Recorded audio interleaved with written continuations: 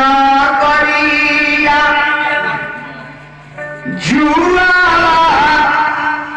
हे लाला की बेटी आपन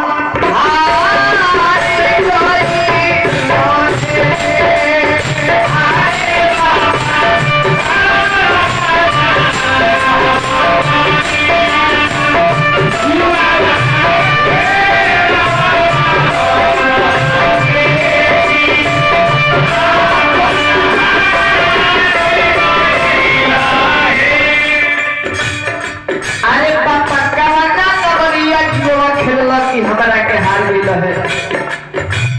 इतना बात जब बेटी के पापा सुने तो पापा कहले की बेटी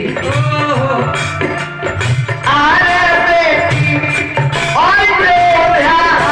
नौकरिया शुआ हे लाडी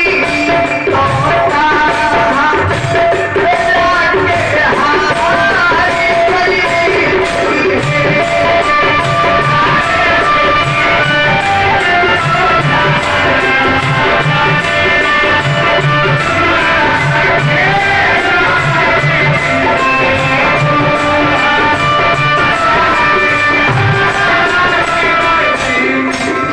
अरे पापा अयोध्या नगरिया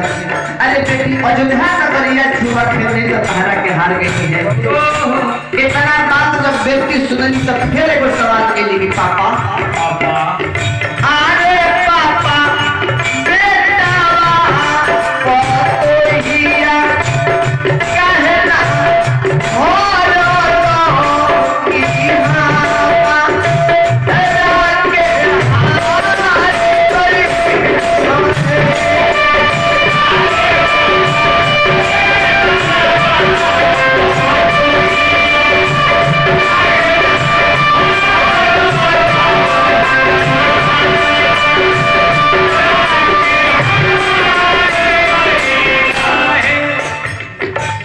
अब ये बात सुन के बाबूजी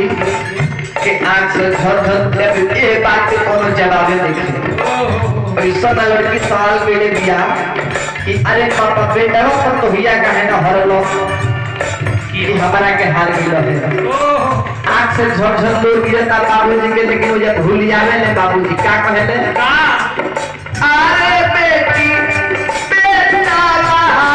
ओ तो हिया हर के लक्ष्मी तो तू बेटी बहुत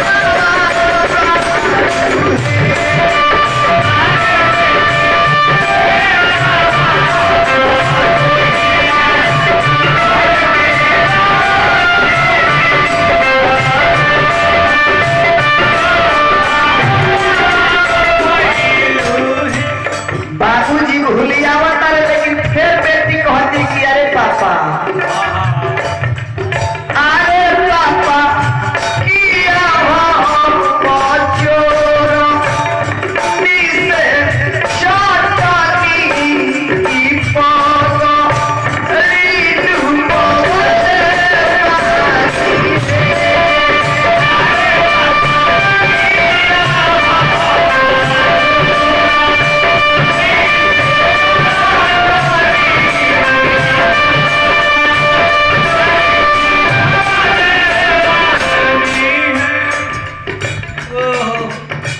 लड़की कहते कि किया हम चोरनी से चटनी की पगड़ी टुकवा से बानी पापा बताओ जाए फिर गया में खसोल गया पापा के लेकिन पापा देखी फिर नाका काट के निकले नहीं क्या कहते रहे नहीं अरे बेटी नहीं तू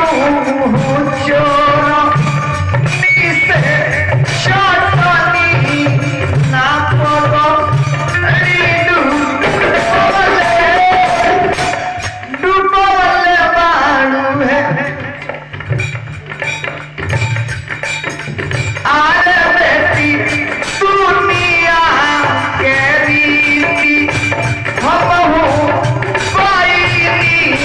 तोता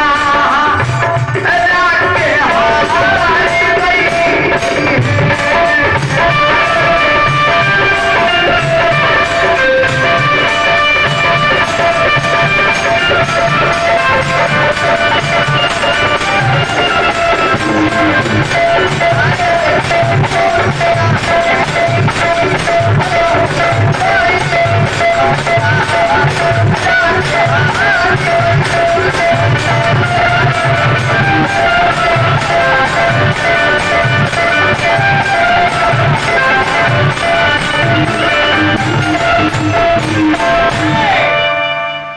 बाबा के मुखार भी से तने